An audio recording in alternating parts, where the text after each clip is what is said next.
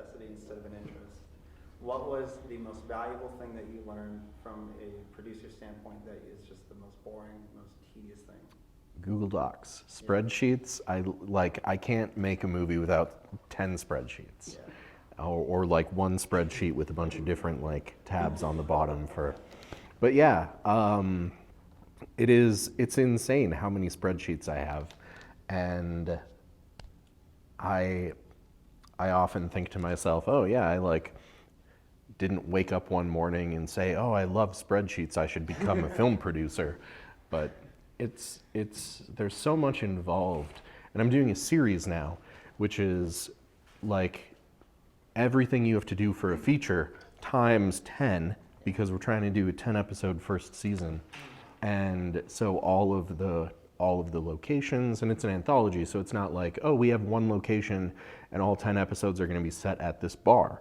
It's like totally different protagonists and different like subgenres that we're delving into with each episode. So the location requirements are totally different from one episode to the next. And I just, I really rely on spreadsheets to keep track of what I have and what I need.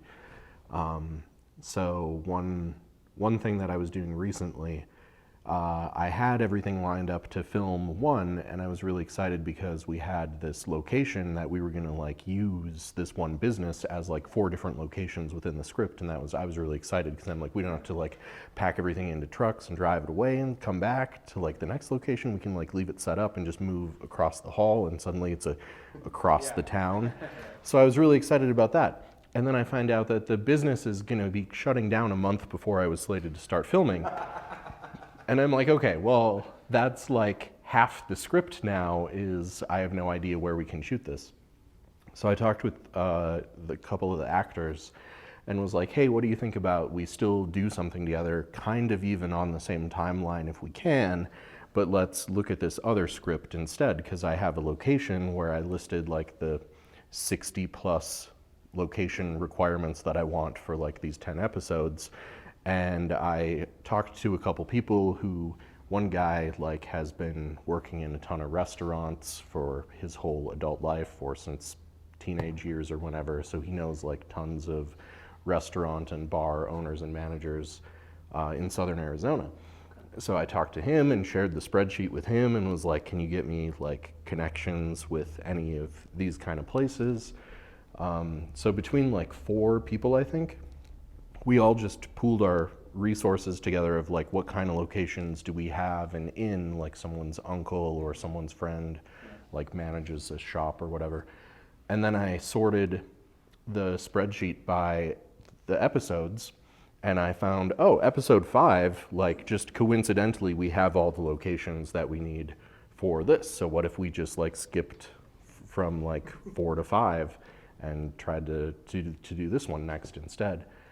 And then of course the cast was bigger, but that's, I mean, one thing I've noticed in my city, everyone's an actor and there's like 3 people trying to produce. Yeah. So it's not really tricky to fill out a cast if you're like, oh, I need like 7 more people to be like arms dealers or whatever. Like, no, you can just find those really quickly. Gotcha. The locations definitely is the harder part for me, but having a spreadsheet allows me, because otherwise I'd have to like be a location manager to try to keep track of that, and that would be like my whole job, and I don't have a location manager. So it's just a lot of, when I'm trying to independently produce something, how can I wear as many hats as possible and stay organized? But so the spreadsheets really, that's how. Well, that's really good to hear, because that's a lot of what we've seen too. We use a platform called Airtable, okay, which is essentially a relational database that you can view through different views. Like you can have a spreadsheet table view, you can have like a Kanban view, you can have a calendar view if you really want, if you have the data that has dates on it and so forth. Nice. And what we've ended up doing is making it so that we do a script breakdown, and then we bring all the tagged elements into a primary table, just saying like this is what it was and this is what the type was. And then you can bring it up to other sheets that will automatically fill based on the tags in the primary table. And that's helped out so much, just be able to quickly identify, okay, so like this is every prop that we need. And as it changes in the primary table, it automatically updates, and then from there, then we can tag it back to like who on crew is gonna be lead on like keeping this prop or finding a location or something like that and linking them back together. It's so much work and it's so tedious, but once we do the work, yeah. No, that sounds better. I like what you're talking about with like the dynamic linking, because I'm definitely missing that on props, and it's kind of frustrating because like props will often reoccur within a location, and then when we're trying to organize it, the props list gets a little crazy. But I have a similar, what, Airtable? Yeah, what's cool about it is it's on its free tier, you can have unlimited workspaces. And within workspaces, you can have, I forget what they call them, but they're essentially just like a database. And you can have so many of those, and every one of them you can have up to 5 editors, and unlimited, like, I think they're like collaborators.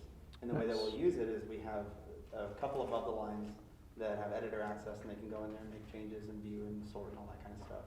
And then everybody else, we just give them access to go in and save comments. So like in props, as we're sourcing props, you can go in there and you can go, someone can come in and say, yeah, this is the prop I'm working on, and they can leave comments that are time-stamped and in-person stamped for like what they're doing and when they're doing it. Nice. And then and there's no worry about them messing everything up because they don't have access to edit, but they can actually use it as a collaborator and leave comments in the end of the week and then go back and see. It's, again, trying to like get it all working so they can actually use it in production on something, but yeah, it's just the amount of work that it's taken to put it together is intimidating. But it's helped a lot on the one that we did last year before Bruiser. Because we had 10 days for that one instead of 3 days. So, nice. That's good to hear. Yeah, 3 days, that's quite a timeline. I don't want to do it's not anything. for 6 hours. Yeah, you were sleeping in shifts. Yeah, pretty much. Ouch. Well, I don't know what you prepared or didn't prepare, but Yeah. we can grill you or you can... Grill me. I was going to say, I can sit here and ask you Yeah. questions all day long. Yeah. I just want to get everyone really excited about like we can make movies that are really good, even if we don't live in Hollywood and work for Warner Brothers or have dads who work at Warner Brothers. We can still do all the things. Yeah, that's kind of the what we're coming from too. That's why I'm super excited to have met these guys because I've always been just looking for film friends instead of just friends who have just regular jobs. And it's like I don't really have everybody I know who I work with is from out of state normally. Yeah. And so then when I met up with these guys, and it's like a whole Arizona community. Because I had been aware of the A3F, but I hadn't been there in a couple of years. So then we started this, and then like, all right, well, let's keep this momentum and roll into the next one. And now it's like I'm writing something behind the scenes, and then Martin was working on a couple things. Martin wrote this one. And it's like now we have like this whole.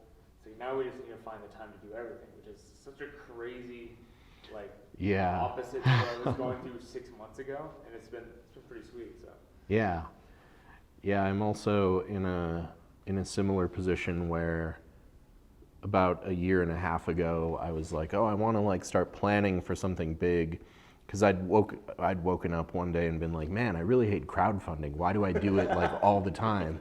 And so I was like, what if I crafted a project where I could make one crowdfunding campaign that was like ongoing, but I could just like continue to make as many movies and series and whatever. So I set that up and I got 501c3 nonprofit status for the production. So my company is still my company and separate, but when I'm working on this production has nonprofit status, which I'm hoping will be way more helpful once we start releasing a couple things and we can actually draw attention. But yeah, I plan to just do a ton of productions under this brand basically, and just keep the nonprofit thing. Because I know there's like so many people out there who I don't know who they are specifically, and they don't know who I am, but I know these people exist, and they're like rocket surgeons who always wanted to be movie producers, but they're too busy being rocket surgeons to like take time off to like produce a movie. But with this 501c3 status, they can like make a tax deductible donation and then get an executive producer credit, and it's like Indiegogo, but it's also a tax write-off for like people who could benefit from What about that. service fees too? Yeah.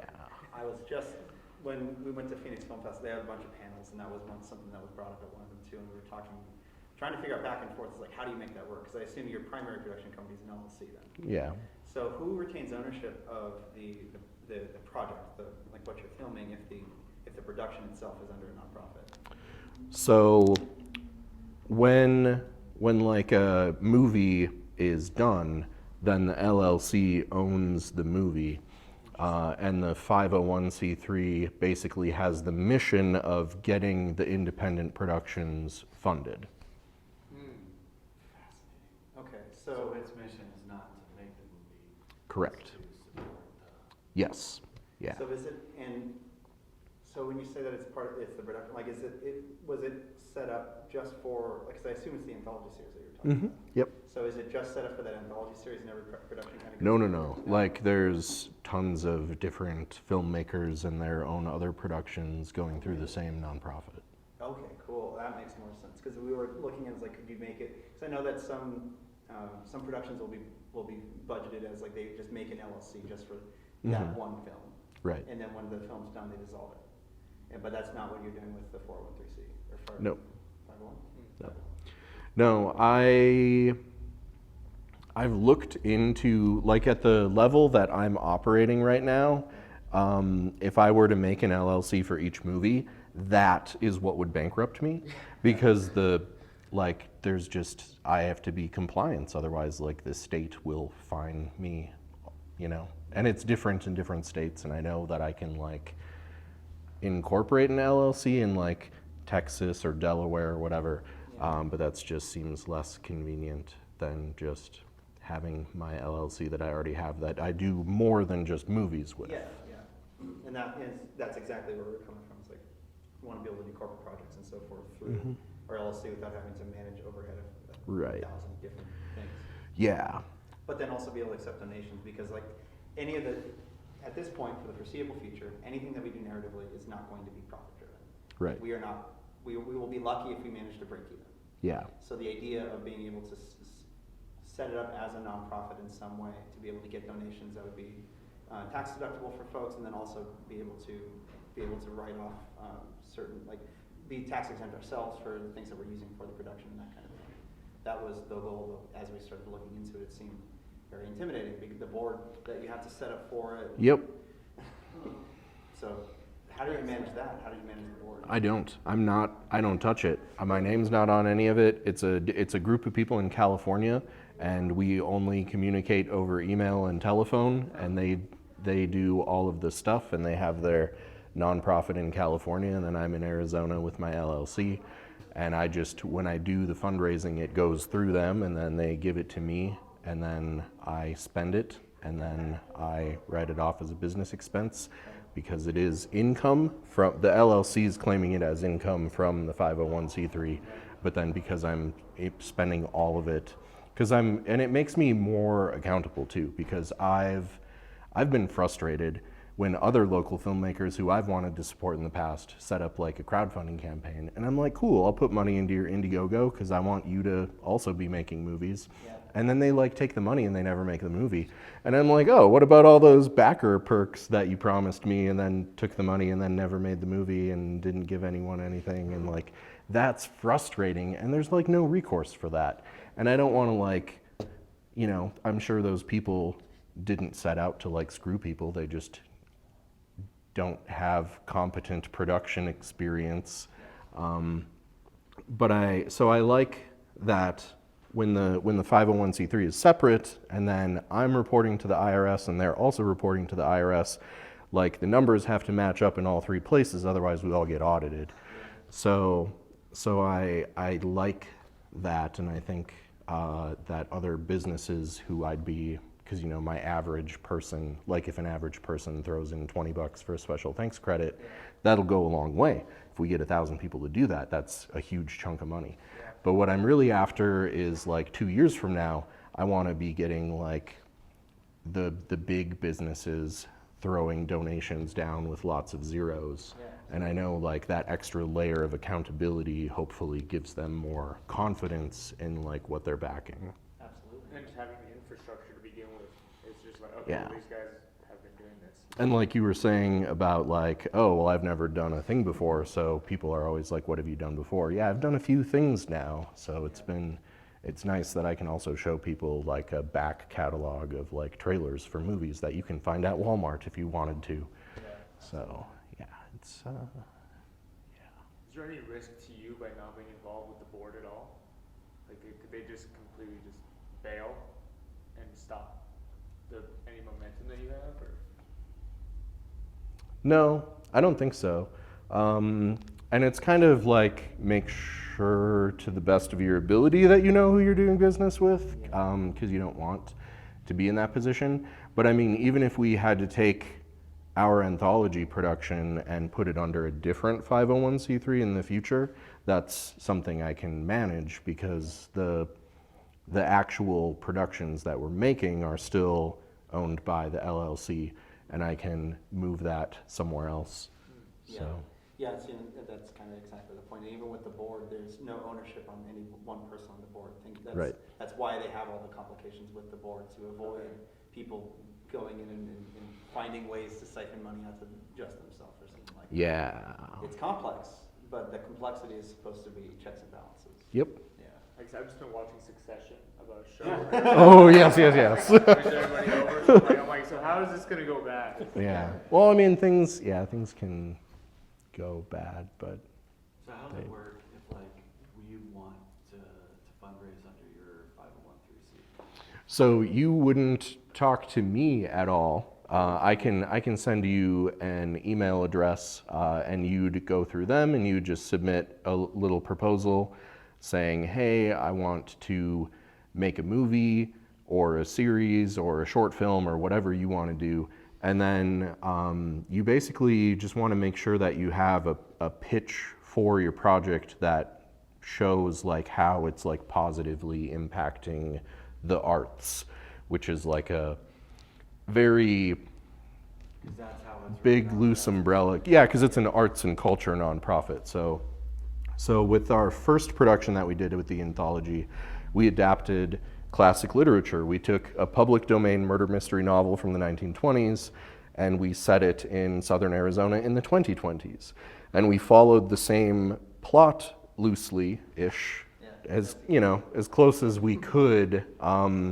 There's a lot of things when 100 years of technology goes by, it's like, well, why couldn't they just drive there or use a cell phone or Google it?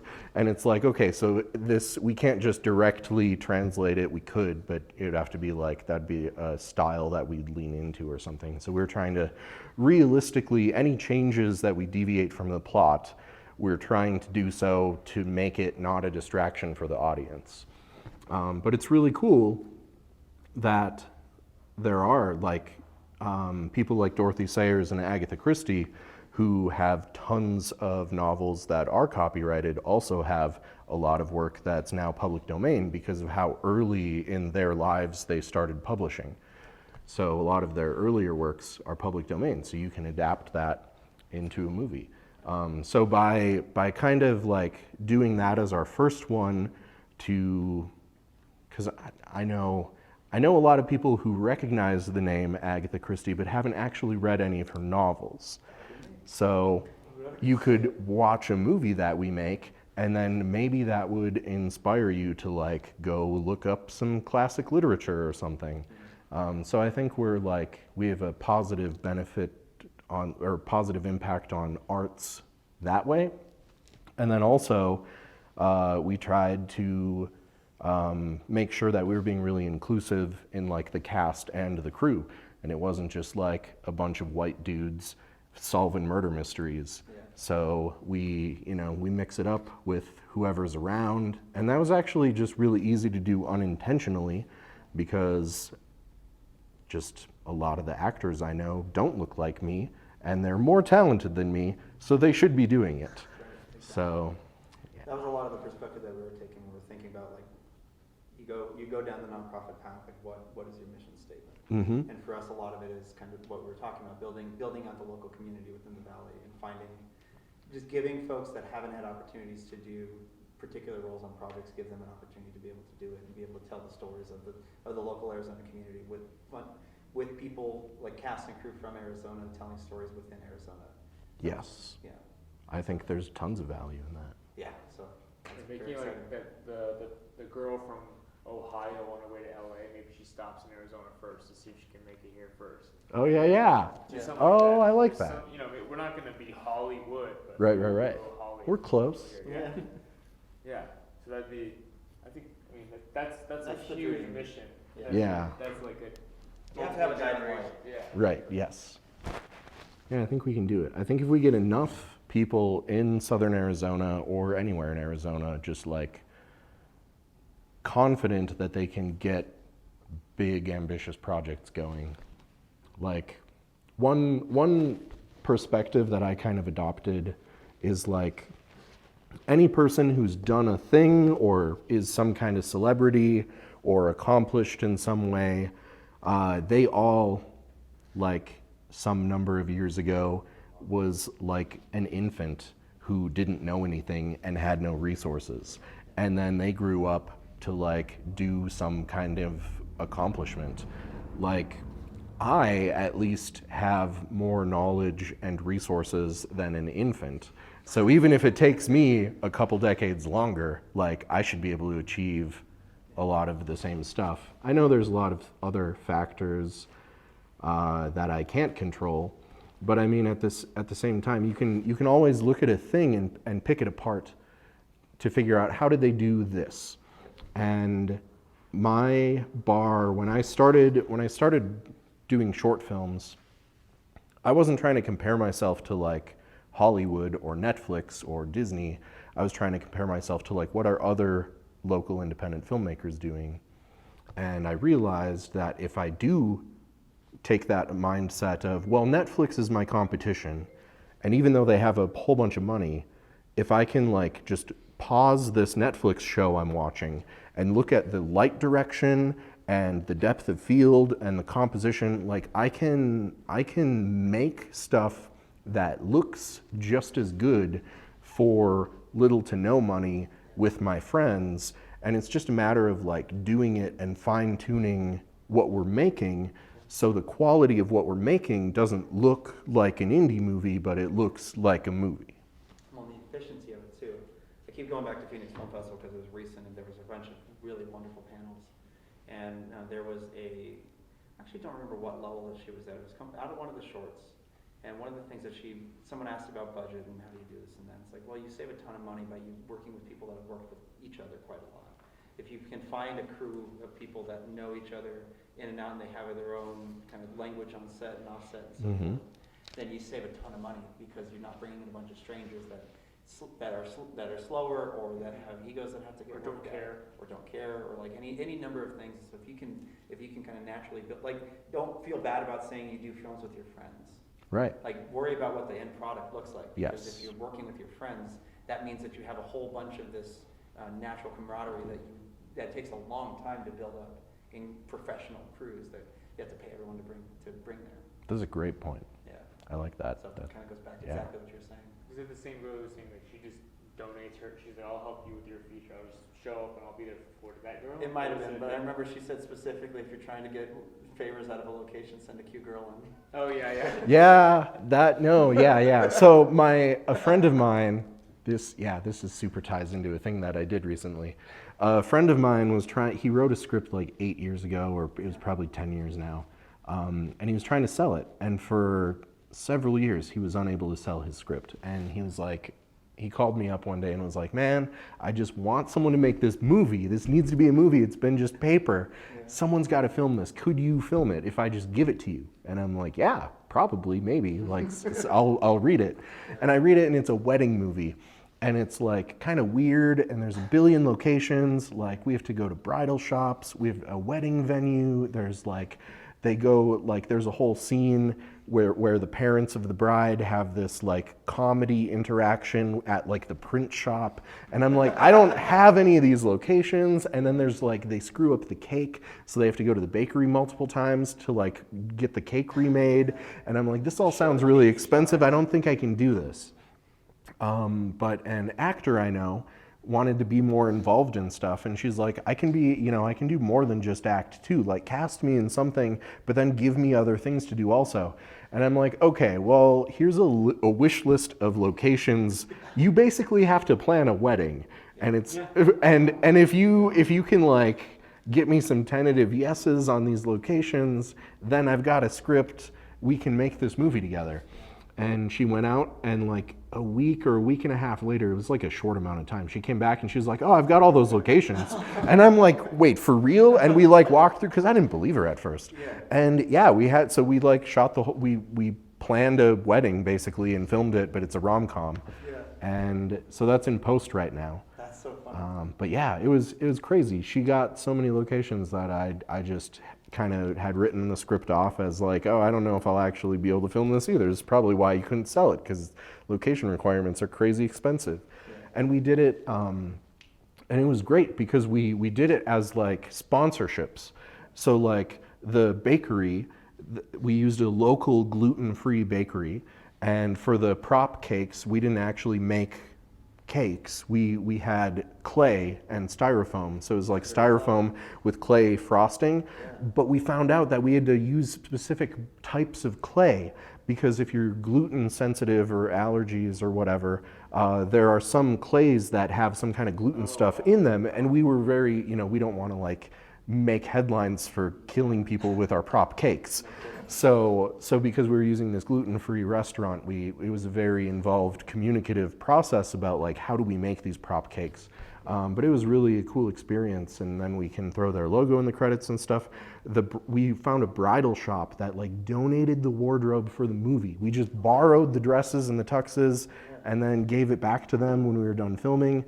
The woman who owns the bridal shop appears in the movie playing the character who owns the bridal shops. She was basically playing like a comedy version of herself in a couple scenes. And it's amazing how much like even just something like that goes a long way. When we were shooting Bruiser, we managed to convince the owner to let us shoot there the whole next day. Just again, it was so the place that Bruiser set in was the kickoff party for the whole competition. And while we were there, we were just pitching ideas to each other. Josh's dad is like, why don't we just see if we can shoot here? And it's like, no, Tomas, you're crazy. And Tomas just went over there and he asked him, he's like, yeah, no, he was hyped about it. Yeah. Again, like you were saying, like a rocket surgeon that never got into film, was like, he was like, this is so cool. This is the coolest thing I've ever seen.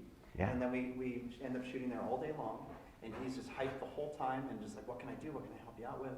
And we managed to get him a role in there, so that there's a little bit part with like a one line, and he's just super excited about it. And apparently a bunch of the investors that were there, or that work with him and that own the place, were watching over the security cameras all day, and they were just so excited to see like all our gear and all of us going through and just doing things. Nice. And like we might get some like corporate work out of it, because ads and stuff, but like just that idea about like that folks that have no idea how to ever be involved with arts in any sort of way, but have something deep inside of them that they want to, and just offering something as small as like, you can be in it.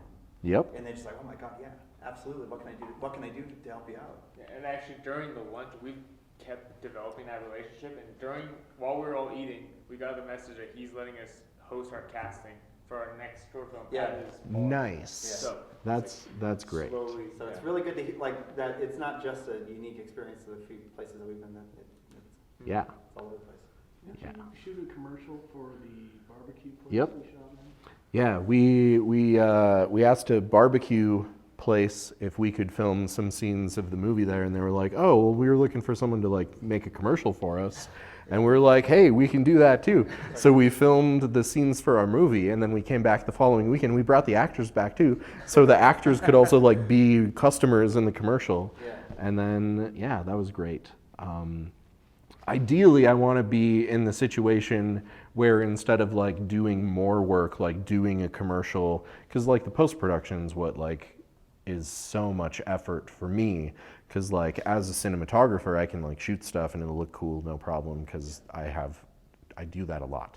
But then like having to cut it together, if I have to like hire an editor, then it's like, oh, well, I still have to like spend money on this or something. If I can't, or if I have to do it myself, then it's going to take longer because I'm not as fast as like fast editors who that's their main thing. But I want to be in the position, and I think it's realistic that we can get there within the next few years, is like once more of the productions come out and people see the quality of how we're getting better every time because we keep working together and we all have different skills that we're developing. Once these, I think what's really, we just got to get more stuff out, and eventually I think we'll be able to pitch, well, we already kind of can, because we've got 2 movies on Blu-ray at Walmart and 2 movies streaming on Amazon. So it's like if you let us film in your brand, in your business or whatever, and we show like your brand in the scene, we can do like a brand integration thing. And now you're getting like advertising, because this movie's not just a student film that no one's ever going to see on YouTube. It's like, it's going places. People will buy this at Walmart or stream it on Amazon and they'll see. And I think the biggest wasted opportunity in my lifetime's worth of cinema is Always Sunny in Philadelphia. They're in like 20 seasons or something now. Patty's Pub is not a real bar.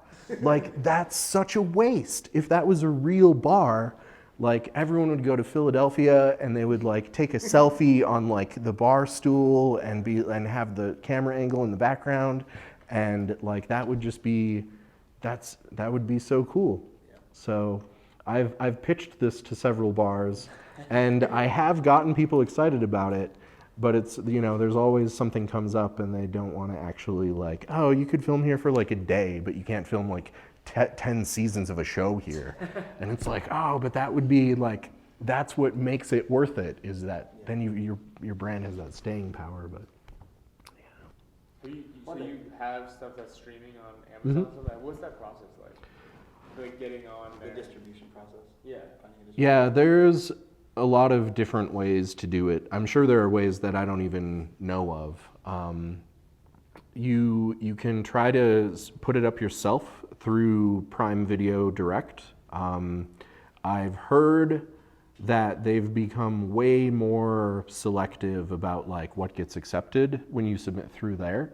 You can use an aggregator like FilmHub, and then you can use FilmHub to submit to Amazon on behalf of you, and I've heard that that's a much more higher success rate of getting on there. The music industry does a lot of that kind of stuff when you try to get on Spotify and Apple Music and everywhere. You generally go through a hub, and then they worry about getting it the relationship that they have with all the different streaming companies, so that makes sense. Nice, yeah. So I've tried both of those, and then I've also had a distributor where it's a different company, also in like a different state, just coincidentally, because I knew a guy who acted in a movie that got sold, and I was like, how did you sell that movie? And he's like, oh yeah, we went through this company in this state. So we set up a Zoom meeting, and so I put a couple movies through them, and what they tried to do was they tried to pitch it in like a slate, I think they call it, like a slate of films, and try to like, you know, buy this package of 20 movies and then we'll pay the filmmakers or whatever, to try to get like an exclusive deal, which I've heard the exclusive deals is where the money's at. Unfortunately, all the exclusive people passed on my movies, which that happens. For now.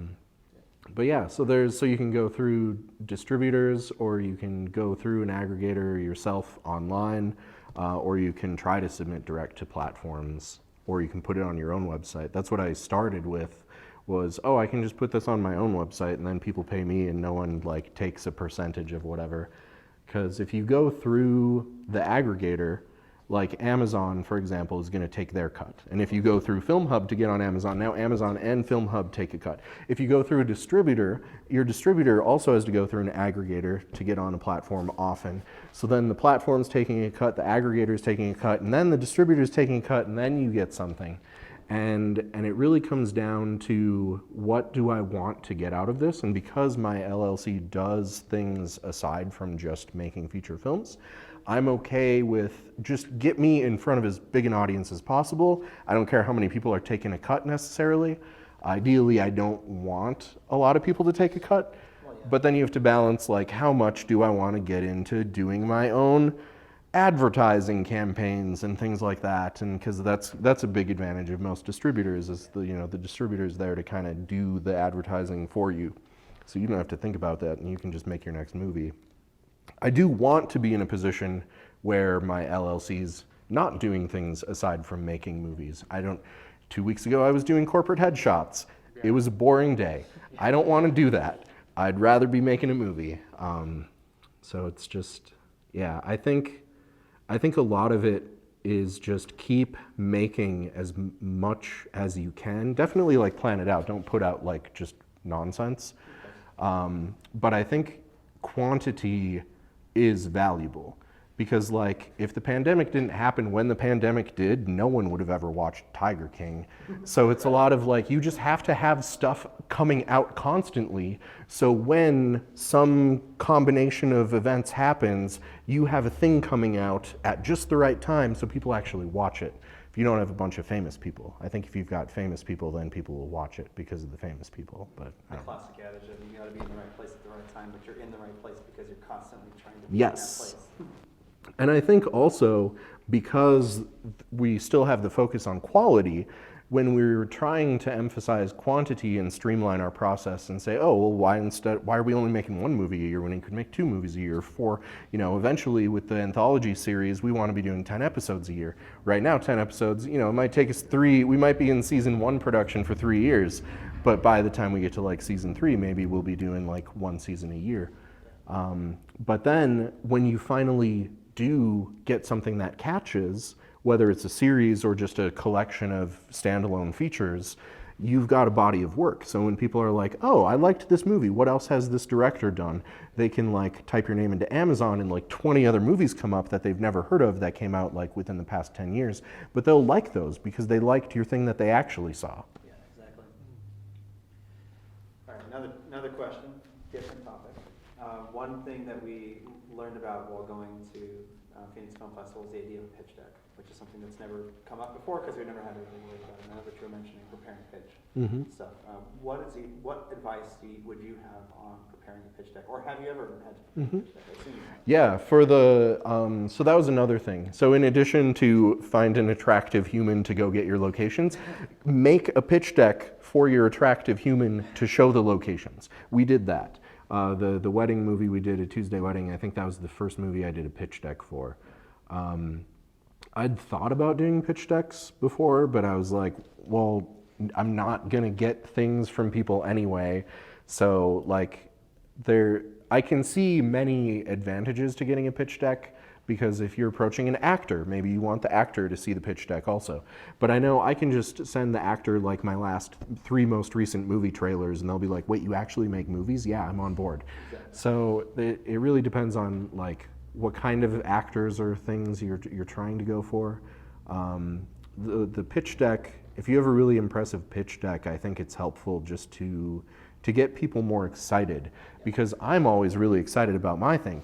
And then I go to Ryan and I'm like, Ryan, I've got this great idea for a movie, and I describe it in like too much time, and the only reason Ryan's still listening is because we worked on things together before, and then I can tell he's losing interest, and I'm like, okay, what about this? It's about time traveling cannibals. And now he's like, well, I'm interested, but that's just kind of a weird thing. Tell me more about time traveling cannibals.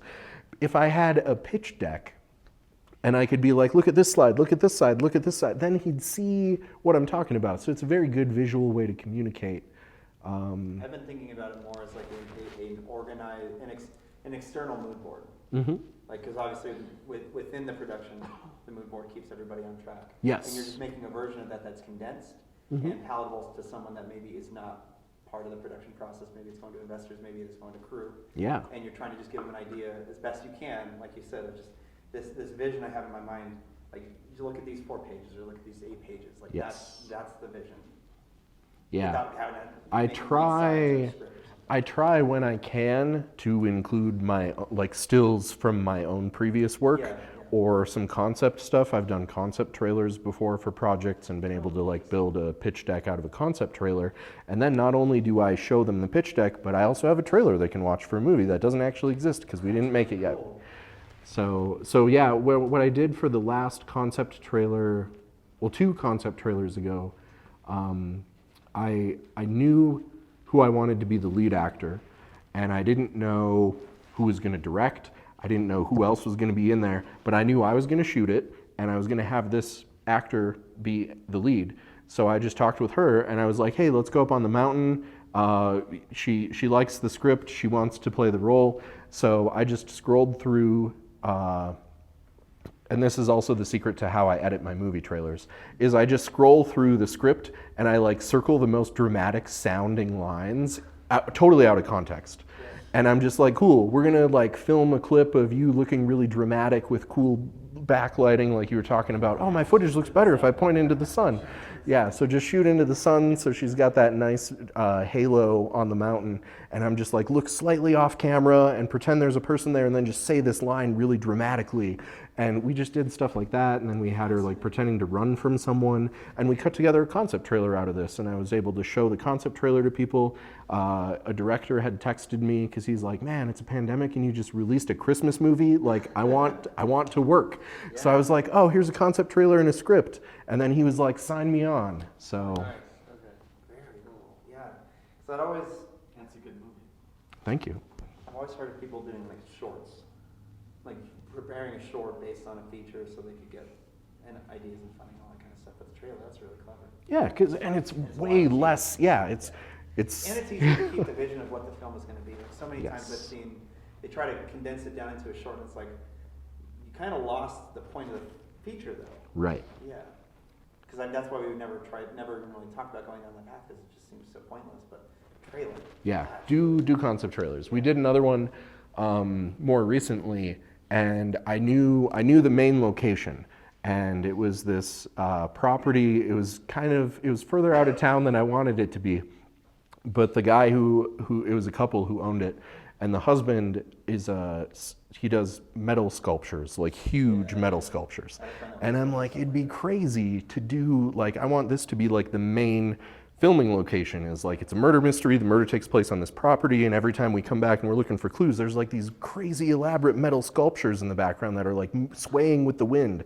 So I got a couple actors together, didn't offer anyone roles. I actually went through, like, I had kind of 4 scripts. I had 2 scripts that were like ready to shoot, and then 2 more kind of like rough scripts that I wanted to shoot someday in the future. And similar, I scrolled through all 4 of them, and I circled the most dramatic sounding lines, and I printed those up, and I just called in some favors with some friends and was like, hey, do you want to film some stuff? Let's make this concept trailer together. I'll give you the clips so you can, if you need to put something in your acting reel that's more up to date about how you look now, since there's been a whole pandemic and everything. So I got a bunch of people together. We went to the cool location and we said really dramatic lines, and then we edited a concept trailer out of it, and then we used the concept trailer in our 501c3 fundraising effort, and also to hook the other actors who would become the main cast of our first production. That's really And clever. yeah, and then everyone got some cool footage out of it too. Hell yeah. All right. Anyone, by the way, I will continue to ask questions this entire time if you don't stop me. If anyone else has stuff to speak of. 45 minutes of footage. Hell yeah. Oh, All right. nice. So when you're scheduling, do Mhm. you normally, obviously you need to have dates. I have, no, actually. Well, yes. That's what I'm curious Dates about. is the last thing. Last thing, okay. Yeah. Sometimes dates becomes not the last thing.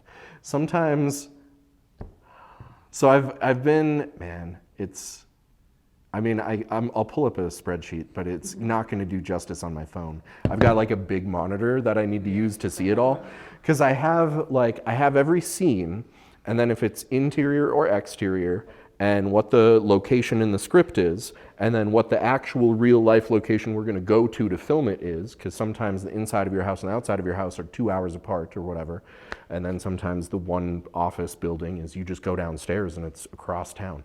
So we have got that as a separate column. And then across the top we have all the different characters who appear, and then we kind of make a bunch of X's. So we know in this scene, these are the characters in the scene, this is the location. We've also got the page count, whether it's day or night, or if it's flexible and can be either. And then I try to go to the locations first. And I usually try to confirm as many locations as I can before I even begin casting, because I don't want to get a bunch of actors on board only to find out that I will never get the bank that we're supposed to do the bank heist in, or the helicopter that we like fly off the roof in, and all these actors are now upset that I wasted a month of their time preparing for like a bank heist with a helicopter when I had none of those things. Or So, even if you manage to get it, but you don't know the dates of when you'll be able to have the location, Right. try to bring actors on board, and like, I have a conflict that can't move. yeah, I've had to recast people based on location availability, and that's not fun. I don't want to be in that position, and I don't want to put actors, through that either. But sometimes it has happened before. So that's why I try really hard to confirm things with the locations first, and then, so I'll reach out to some actors and be like, hey, tentatively, here's a few pages of the script, here's the log line, here's kind of what I'm going for.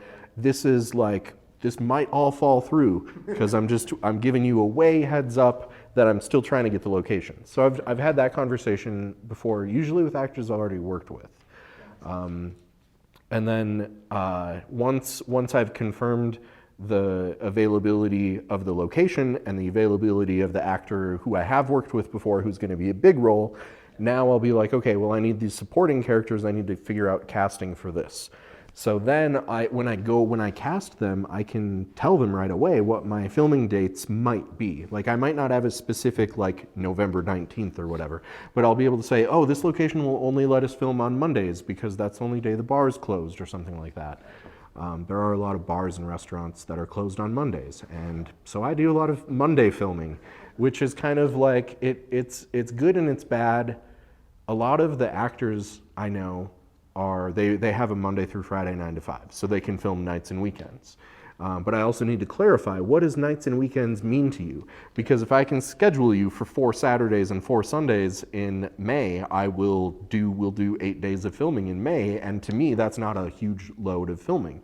But to them, when I've got like a Monday through Friday, and now I basically have no days to chill. So, yeah, right. Yeah. Do errands, I know, yep. So it's working out like when they're available and then how frequently they can actually be available in addition to just not having the day booked.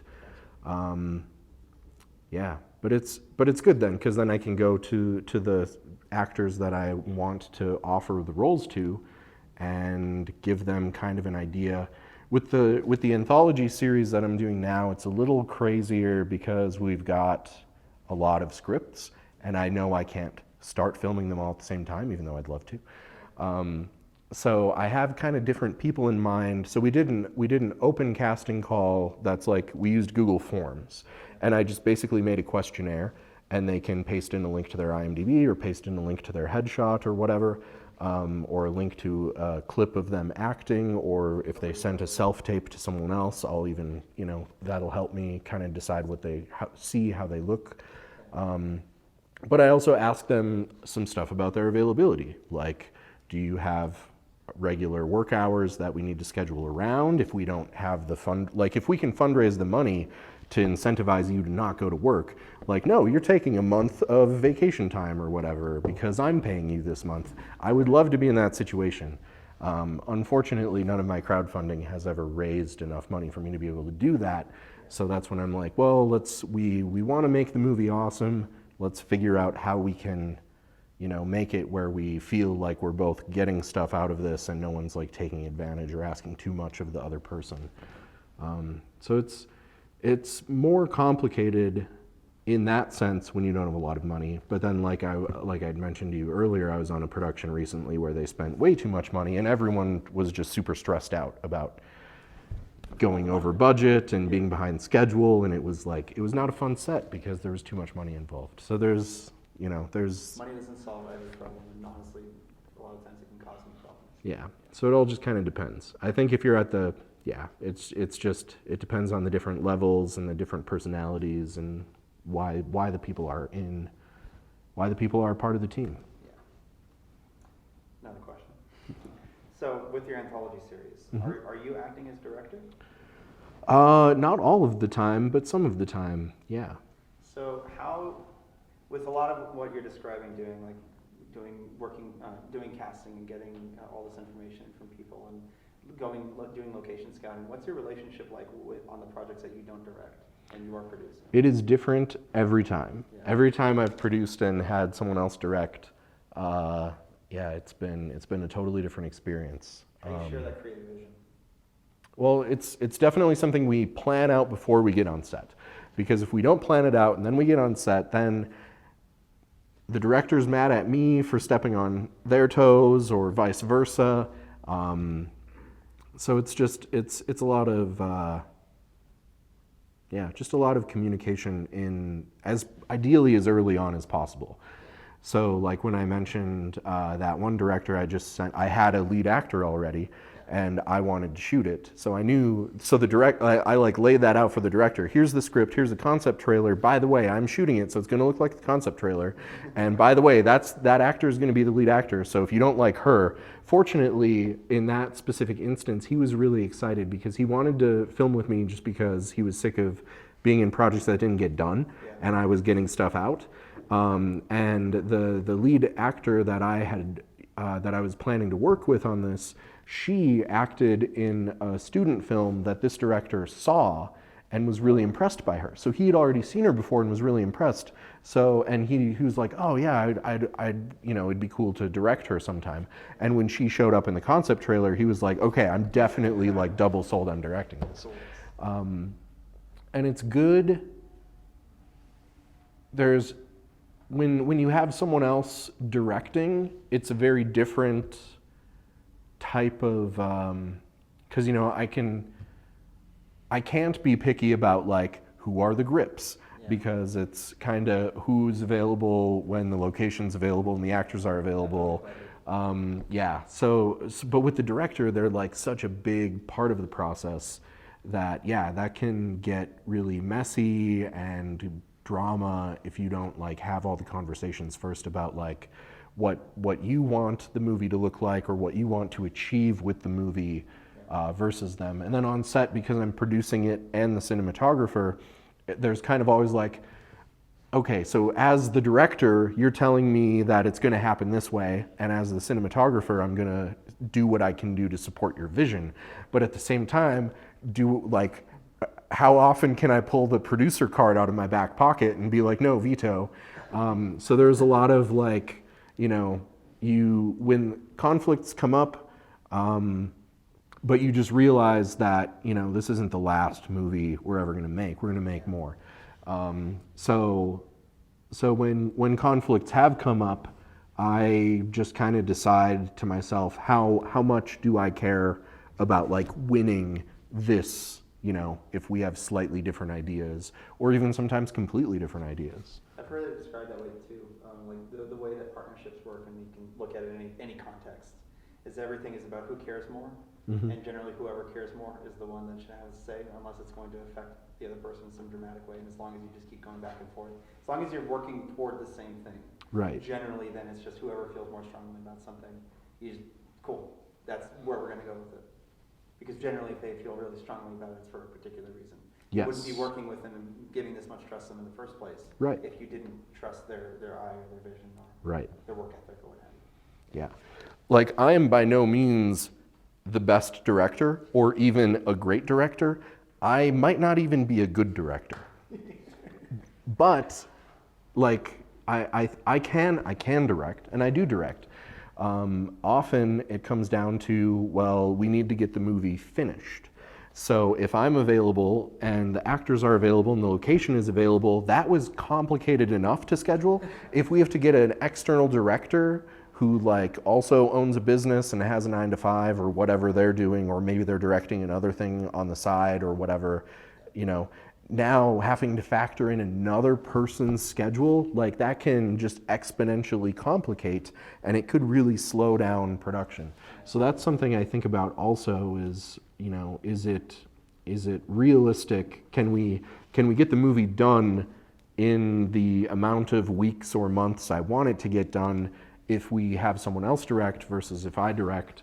What we did on the most recent feature I wrapped is I directed it kind of out of necessity, but there were some very specific days that I knew were going to be very heavy days, and I brought in a consulting director to basically kind of serve as my co-director for those specific days so we could make our day on time.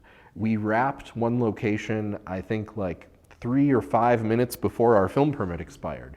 So we maximized every moment of time we had, and if one more thing had gone wrong, we would have been like kicked out and we wouldn't have made our day. But we made our day with like 3 to 5 minutes to spare or something. And a lot of it was because I brought in a way more experienced director to help me co-direct that day, basically. That's really cool to hear, because we've had some success with a director that we work with a few times. He's 9 to 5, has his own thing, and his schedule's normally pretty busy, but we've had success where we bring him in as like just liaise with the actors. Like just help to just direct the actors, help them understand what they're doing, and we'll brief you every day on what the vision is for whatever that we're shooting. Yeah. That's pretty much exactly what we did. Okay, cool. Yeah, like in film school and stuff, you always hear about like the auteurs and all this kind of stuff. And it's nice to hear that at like on the ground, just getting things done like that is not an uncommon thing to happen. Yeah, definitely the auteur thing is like a thing all the time. But it's like, we have to, I think there's enough people, like I mentioned earlier, there's, you can't throw a rock and you'll hit 10 actors. But there's not that many producers or directors getting projects off the ground. So I think a lot of the people who I approach about helping me direct just part of the movie or specific scenes, they're like, oh, well, I'd rather do this than not make a movie at all. So yeah, I think there's enough people who just want to make the movie. They don't need control over the whole thing. Like, you're going to scrap everything you've done so far for the past 3 months, and we're doing it my way if I'm going to co-direct on these 2 dates. Like, I don't want to cut you off, but we should probably close up oh yeah. the room. But this has been great. I cannot thank you enough just for your time and answering all these questions. It's such a huge assist and help. Awesome. Yeah, I've been making movies, and if I didn't have people believing in me, I would not have believed in myself enough to make movies. So I just want everyone else and whoever watches this, go make a movie. You can, and you should. And after you have, you'll learn a lot, and it'll be more fun, and hopefully you get inspired to make even more better and bigger movies. And because there's all these actors around here who need stuff to act in, so we all gotta make more movies to get everyone else involved. Yeah. Thank you again. Thanks for having me.